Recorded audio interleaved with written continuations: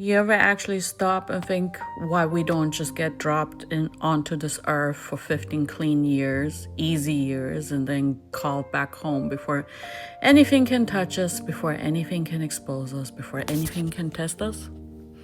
Well, it's because this was never meant to be a vacation. It's a proving ground. It's a full-blown character trial where you don't just convince other people who you are, you convince yourself, you convince heaven, you convince everything alive and everything watching what you're made of at the beginning, in the middle, and especially at the end, after life has had its way with you. After temptation has circled you, after pressure has squeezed you, after you've been given every opportunity to fold, fake it, or sell your soul for comfort. And the truth is, nobody wants to admit that because everybody wants the short version of life. Without the accountability part, everybody wants the reward without the refinement, the crown without the cross, the peace without the pressure.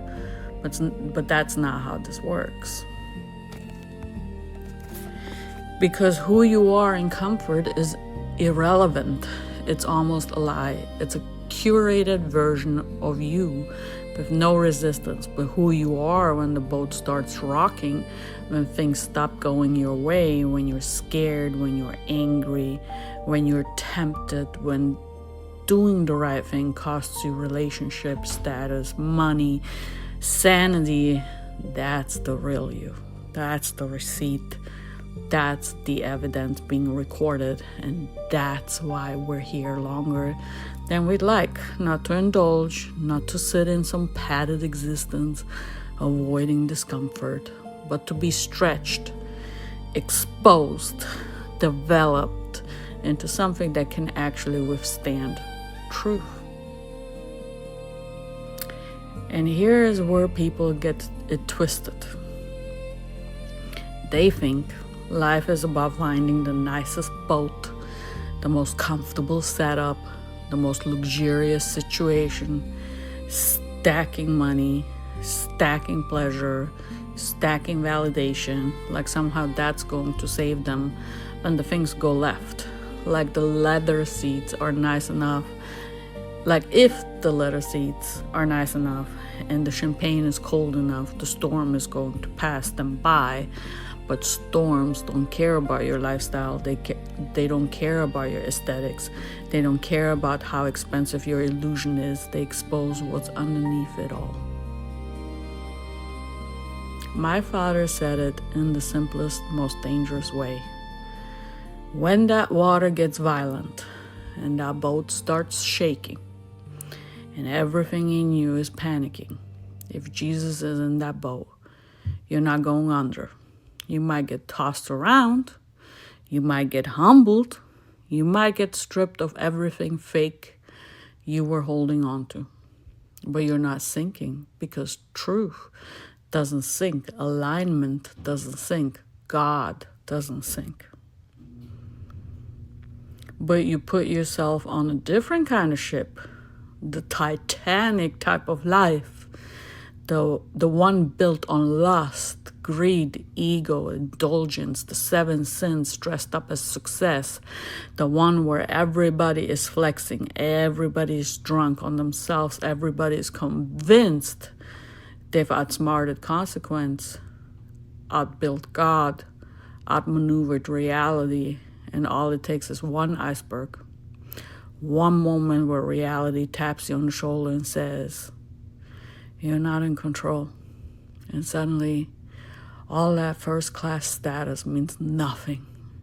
And all that money means nothing. And all that image means nothing. Because arrogance doesn't float. And sin doesn't suddenly grow a life raft just because you invested a lot into it. And the most dangerous part, the part people underestimate, is it only takes one voice around you, one idiot with confidence, no humility, one person bold enough to say something like, not even God is going to sink this.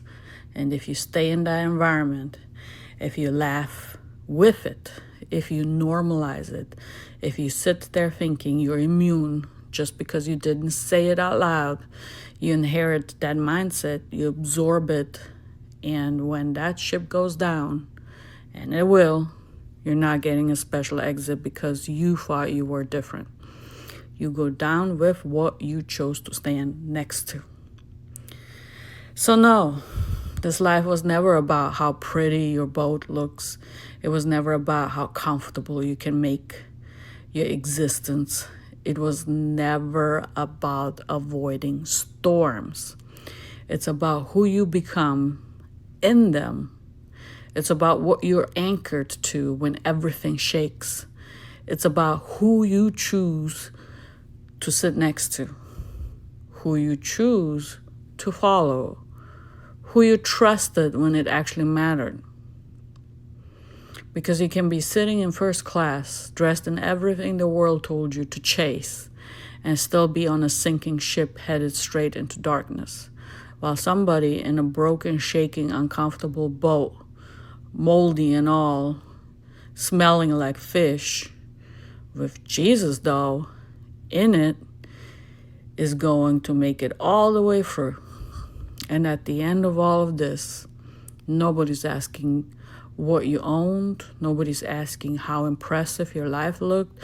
Nobody's asking how comfortable you stayed. The only thing that stands is who you proved yourself to be when it counted, and who was in the boat with you when everything started falling apart.